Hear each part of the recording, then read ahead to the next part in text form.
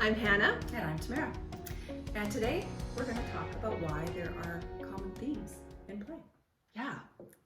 I think that when you start looking at all the common themes that kids play all around the world, it gives us a window into A, the vital role of play. Yes. And B, what's going on? Like if children everywhere are playing similar things, we know that this is not an accident. No. This is not an accident. It's not just one child playing one thing, but all over, if children are drawn to similar topics in play or in similar things, we know that it's doing something very deep. We know that there's deep work being done through that play when we see it everywhere. Yeah, Absolutely.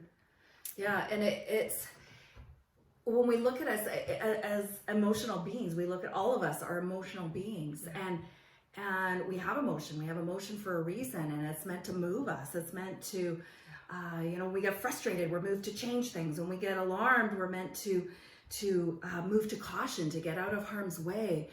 And so what does play have to do with this? Because with those emotions, we there's certain things that we need to keep moving. I find it absolutely fascinating. And what I love about it is that nobody's thinking about it. And that's the good thing. We're not supposed to be.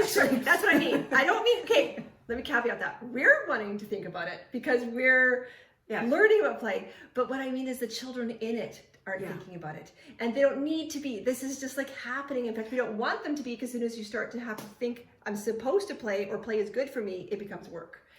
Well, and we wouldn't, I just want one more thing. We wouldn't need to be talking about it if we hadn't lost it. If we haven't lost our intuition, if we hadn't lost our cultural wisdom in this, we wouldn't actually need to be having these chats at all. So we can watch this beautiful world of children and look at these themes and think, aha, this is what's going on, but I don't need to mention it to the child. No. I'm just gonna find it interesting for ourselves. So here's one common theme is monster play.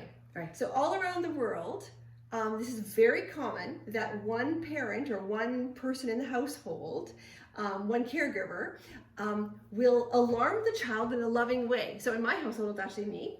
And so I'm the monster. And it's one of those things where you're chasing the child, you know what I mean? You're chasing the child down the hallway. We had, hey kid, come back here. Okay, and then they would scream, but they're slow, and they're running away, but they slow down just enough to make sure you catch them, and you throw them over your shoulder. Oh, I'm going to put you in the garbage, and you throw them onto the bed or whatever it is. Yeah. You don't actually do that. In a loving way. This sort of play is alarming the child.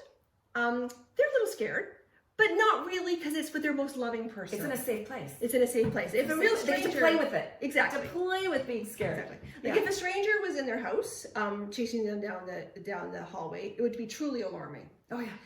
But nature gave children a way to calibrate their alarm system. Yeah. To help with anxiety in that way, they digest it by being very gently, slightly alarmed in the most loving way. And we as parents and caregivers often intuitively do this without even any thought. We just know that this is the child's drawing it out in us, if that makes sense. They're drawing that sense of play out in us. Well, even hide and seek, right? Yeah. The child is playing with separation. It's like, or peekaboo. Yeah. You know, even before hide and seek, it's peekaboo. It's like you disappear and then you reappear and then you disappear and then you reappear, and you see the child going, and they get so excited, and then they get scared and they get excited, and it's like calibrating our system somehow to build that in a way that you can't teach. You can't set a child down and say, I would like to talk to you about the fact that they learn it from inside out through play, and it's visceral, it's felt, and it's the same with other forms of universal play, like fort building, fort making, whether it's putting a sheet over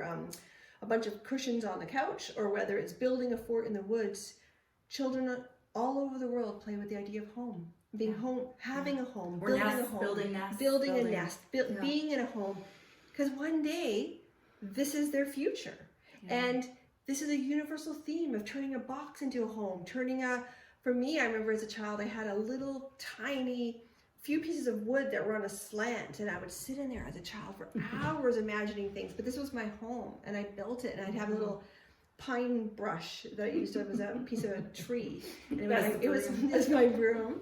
And I would pretend that the pine gum on the tree was my food. And these are universal themes. These are universal. We play house. Play house. Play house. Yeah, and whether it's fort building or monster play. Well, I think that's an important piece because I think there can be different reasons for this, and I think this may be a different topic that we get into. There can be different reasons for play, but sometimes it is that exploratory, and it's just this.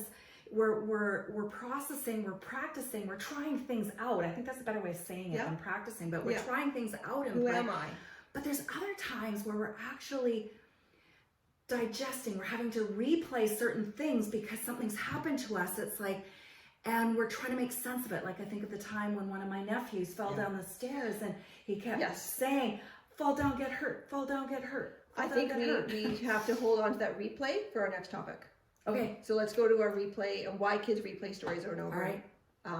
For our next one. Sounds good. Okay. That's it for now then. All right. If you want to listen to more of our chats, head to rethinkplayproject.com and have a great week. Bye.